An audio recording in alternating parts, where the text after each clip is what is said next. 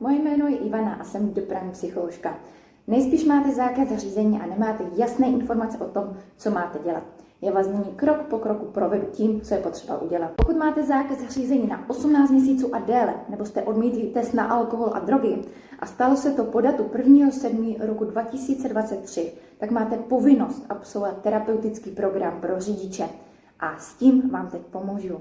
Program u nás probíhá v Brně na Horní 14, a to hlavně o víkendech, tak, abyste mohli v klidu přijít. Jedná se o formu 5 setkání po 4 hodinách. Začínáme z pravidla od rána a popolední máte hotovo. Je to tedy na 5 týdnů. A co vám u nás můžeme navíc nabídnout?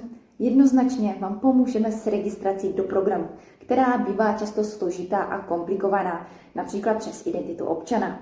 Během programu můžete absolvovat diagnostiku osobnosti zdarma. To znamená, získáte komplexní informace o své osobnosti. Pokud budete mít zájem i o psychotesty, získáte na ně 10% slevu. Dále u nás získáte také velmi příjemné občerstvení a poděkování po absolvování programu od nás získáte cashback 500 Kč. Voucher ale platí pouze 3 měsíce, takže se nezávazně běžte zaregistrovat. Termín si můžete vybrat opravdu později. Je to o víkendech, takže pokud vám to takhle vyhovuje, pak je to naprosto peckovní.